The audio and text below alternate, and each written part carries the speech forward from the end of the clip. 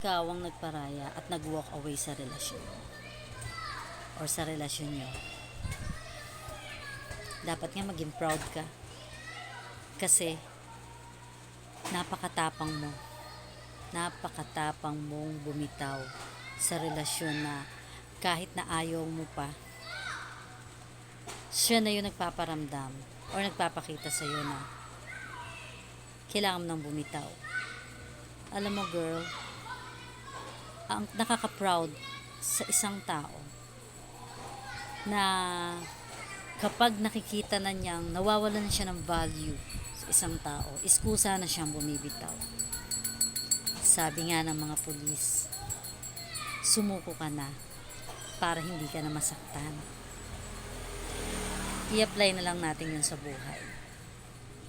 So, mag-grow na lang tayo. I-grow nyo na lang yung sarili nyo. Baka sakaling mas maka-attract ka pa na iba-value ka.